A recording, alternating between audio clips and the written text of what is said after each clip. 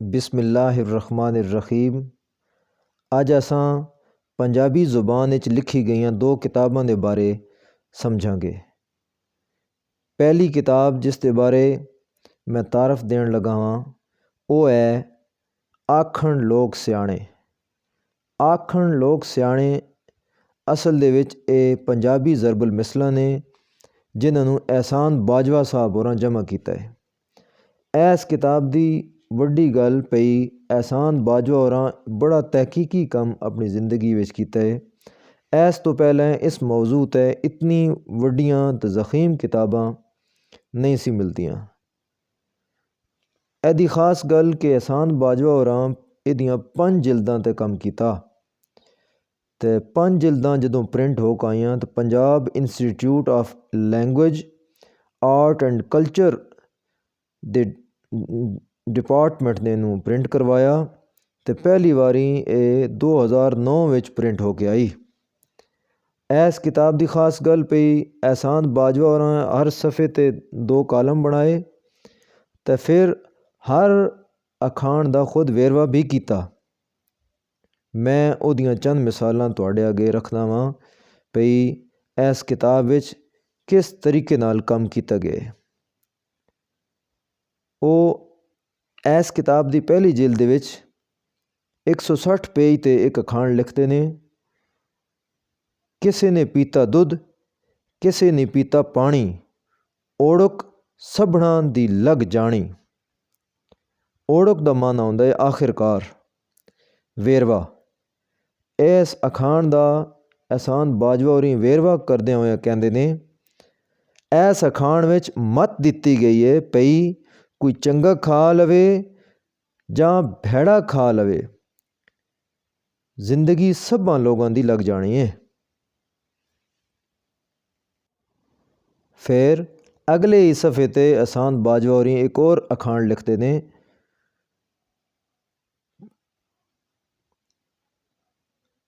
कौड़ी न होए पास मेला लगे उदास। कौड़ी दा मैना है पैसा। वेरवा करदे होया वो कहंदे ने इस अखाण विच मत दिती गई है पई बंदे दी जेब विच जे पैसे होण तां ही वो हर काम कर सकता है, नहीं तां भरे मेले विच भी बंदा उदास होया टुरया फिरदा है। पहली जिल्द सफ़ा नंबर 168 उत्ते वो पहला अखाण लिखते ने पई इस बगोल ते कुछ ना फोल। फोल दे मानी ने फरोल तलाश कर। वेरवा करदे हुए वो कहंदे ने इस अखाण विच दस्सिया गया पई कई लोग इंज दे होंदे ने पई उन्हां कोलों कदी भी भले दी आस हो ही नहीं सकती। उत्ते उन्हां ते एतबार करके बंदा हमेशा घाटा ही खांदा है। एक होर जगह ये अखाण लिखदे ने पई बड़े कढ़ाई विच ही तले जांदे ने।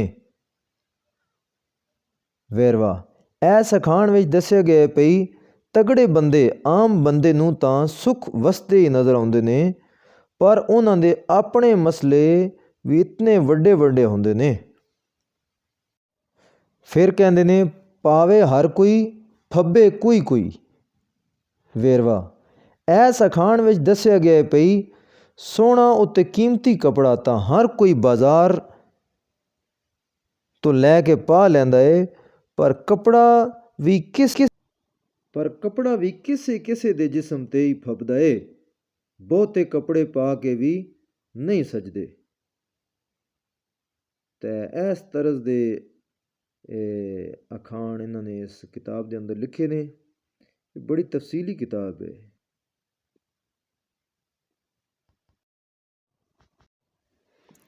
इस तो बाद दूसरी किताब जिहड़ी है वो एक्चुअली डिक्शनरी है पंजाबी लुगत है। तो ये पंजाबी लुगत जिहड़ी है इसकी बड़ी खास गल जिहड़ी इस तो पहले 1-2 पंजाबी लुगत सन साढ़े मुल्क के अंदर मुयसर सन। वो ज़्यादा तो ज़्यादा 3 जिल्दां विच सन। लेकिन यह जिहड़ी पिलाक डिक्शनरी है जिन्होंने Punjab institute of language art and culture Lahore तो प्रिंट किया गया है जिहदी पहले भी गल हुई, आखण लोग सियाणे एहसान बाजवा होरां जिहड़ी किताब लिखी है वो भी उत्थों ही प्रिंट हुई। ए पंजाबी तो पंजाबी डिक्शनरी है, पिलाक डिक्शनरी दा नां है। तो ये 7 जिल्दां तो मुश्तमिल है। तो इहदी खास गल कि एक इहदी जिल्द भी जिहड़ी है वो करीबन 1000 सफ़े तो मुश्तमिल है। बिलखसूस जिहड़े तलबा यूनिवर्सिटी अंदर कॉलेज़ दे अंदर ते लैक्चरर प्रोफैसर हजरात पंजाबी जुबान नाल शगफ रखने वाले, अपनी माँ बोली नाल प्यार करने वाले लोग, ये सारे ही लोग इस किताब नूं बहुत ज़्यादा पसंद करनगे तो पसंद करते ने। ये किताब कोई ज़्यादा अरसा नहीं होया जदों प्रिंट हुई है, इनू प्रिंट होया थोड़ा अरसा होया। पहली बार इनू 2018 दे विच पब्लिश प्रिंट किया गया है। तो उदों ये 1000 कापियां प्रिंट हुई सन। तो ये किताब जिहड़ी है इसदी इस तरह ही जिस तरह आखण लोग सियाणे दे विच हर सफ़े ते 2 कालम बनाए गए सन, बिल्कुल इस तरह ऐस ते भी हर सफ़े ते 2 कालम बनाए गए ने ते अल्फाज दे सामने उहदे मानी दर्ज ने। तो मैं रिकमेंड करांगा पंजाबी दे तलबा लई कि किताब लाजमी खरीदन और इसदा मुताला करन। ये बड़ी फ़ायदेमंद किताब है।